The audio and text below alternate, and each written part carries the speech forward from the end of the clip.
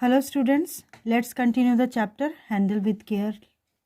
Now, motorcyclist अब कहता है जो कि till then standing awkwardly by the side of his motorcycle, जो अपनी मोटरसाइकिल के बगल में परेशान होकर के खड़ा था, and watching the reactions of the passers by, और दूसरे राहगीरों का चुपचाप जो है वो रिएक्शन देख रहा था, उनकी प्रतिक्रिया देख रहा था, साथ में पुलिसमैन की भी. हे यू आर अलाइव, अरे तुम तो जीवित हो. यू आर नॉट डेड, तुम मरी नहीं हो. स्टार्ट्स डांसिंग, और वो नाचने लगता है ये देख करके. आई एम रिलीव्ड, अब मुझे थोड़ा सा राहत मिली है. आई एम सेव्ड, मैं बच गया. पासर बाई नंबर 1, अब पहला राहगीर कहता है वाई इज इट सो, ऐसा क्यों है. पुलिसमैन कहता है we are not suppose to harm these handle with care beings, हमें इन हैंडल विद केयर बींग को नुकसान नहीं पहुंचाना होता है. Not to speak of killing them, यहाँ तक कि उन्हें मारने की भी बात हम नहीं कह सकते हैं. Their population is on decline, उनकी जो जनसंख्या है बहुत ही अब कम होती जा रही है. डिक्लाइन यानी निचले स्तर पर पहुंच गई है. Even to kill them by accident is a serious crime, और दुर्घटना में भी उनका मारा जाना जो है वो भी एक सीरियस क्राइम है, गंभीर जुर्म है. All passers by chorus, even by accident, सारे पासर बाई एक साथ बोलते हैं कोरस में. इवन बाय एक्सीडेंट यानी दुर्घटना में भी. Women yes even by accident, अब वो औरत कहती है हाँ दुर्घटना से भी. डस्टिंग ऑफ हर सूट, और वो खड़े होते हुए अपना जो सूट है उसके ऊपर से धूल झाड़ती है. But this was not an accident, लेकिन ये एक्सीडेंट नहीं था.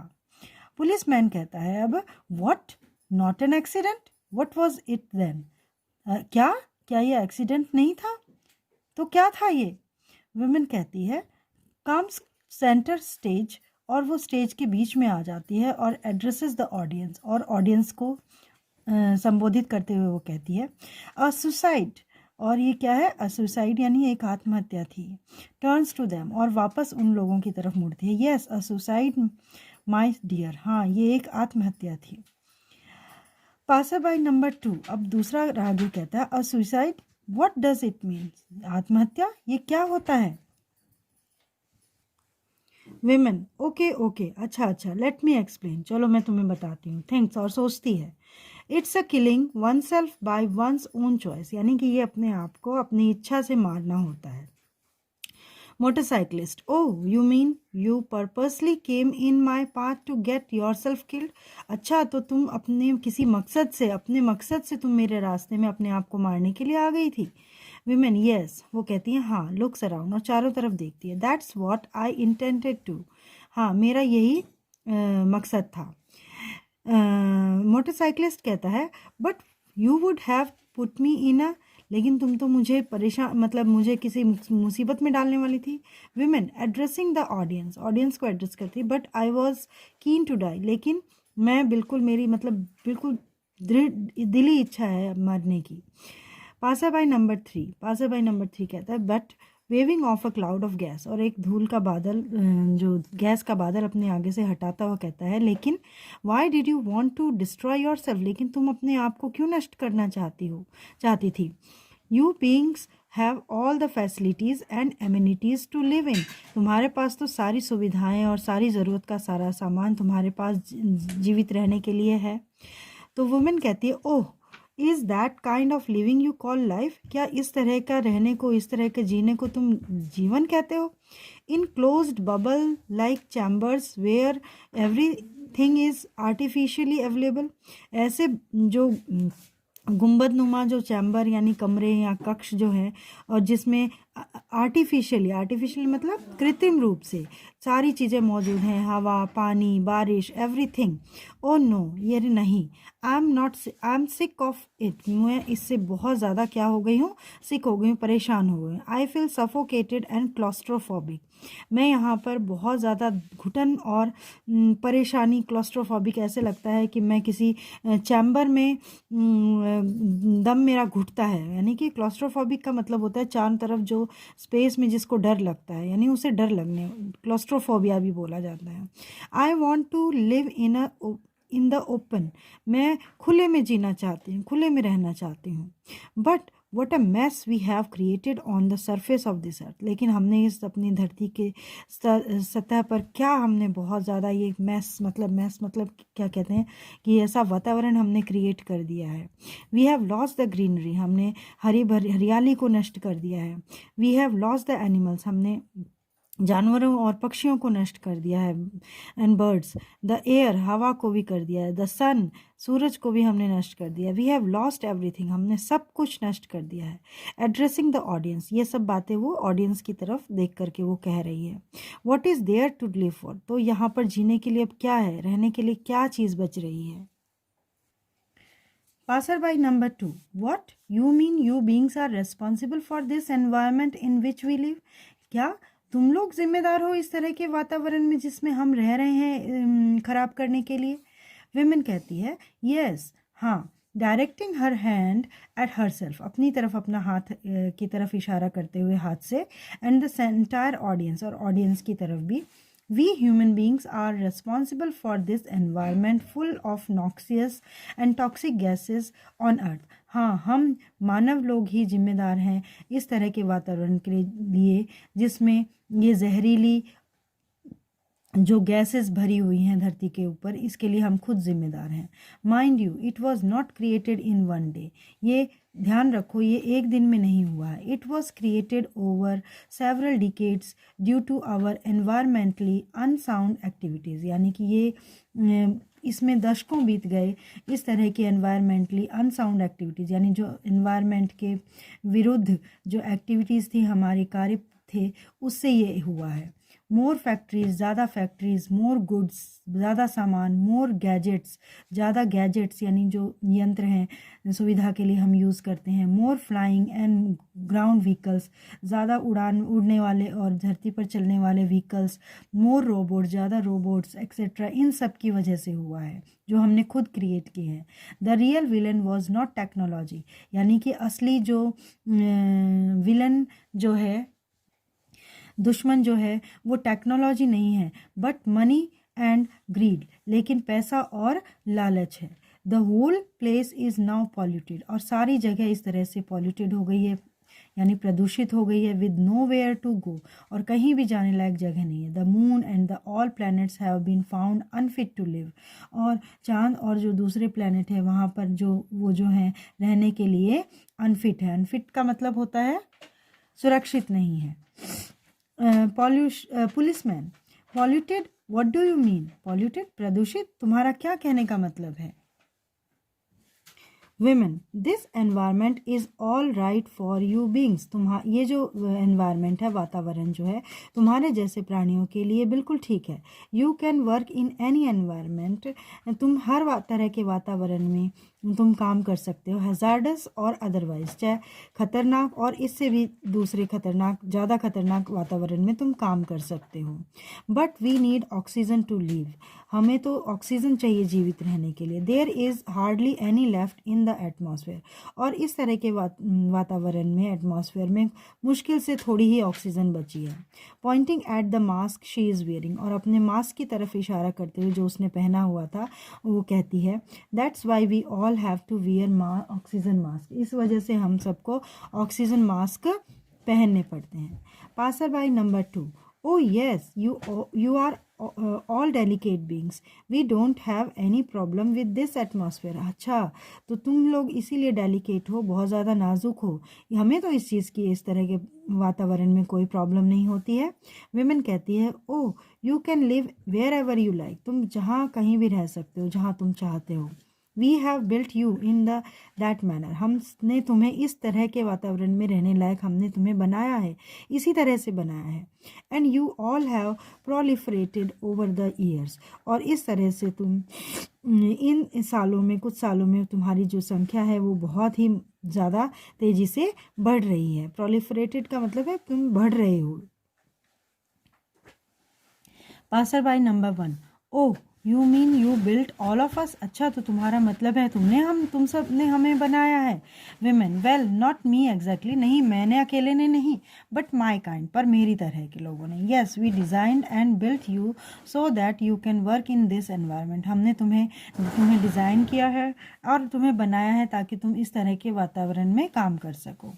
Passer by number 4, but how can it be, लेकिन ऐसा कैसे हो सकता है। How can delicate beings like you build study beings like us, तुम्हारे जैसे नाजुक लोग हमारे तरह के जैसे तगड़े और लोहे के लोगों को कैसे बना सकते हो। Women, yes we built you sturdy so that you could perform task we can not do easily, हमने तुम्हें इतना तगड़ा इसलिए बनाया है ताकि तुम लोग ऐसे काम कर सको जो हम आसानी से नहीं कर सकते हैं। But over the decades your kind has been taken over the control from us, लेकिन कुछ दशकों से तुम्हारे जैसे लोगों ने हमारे जैसे लोगों के ऊपर कंट्रोल करना शुरू कर दिया है। एड्रेसिंग द ऑडियंस, और ऑडियंस को दर्शकों को एड्रेस करते हुए वो कहती है, oh no greed and money have landed us into this, और लालच और पैसे ने हमें इस जगह पर पहुंचाया है।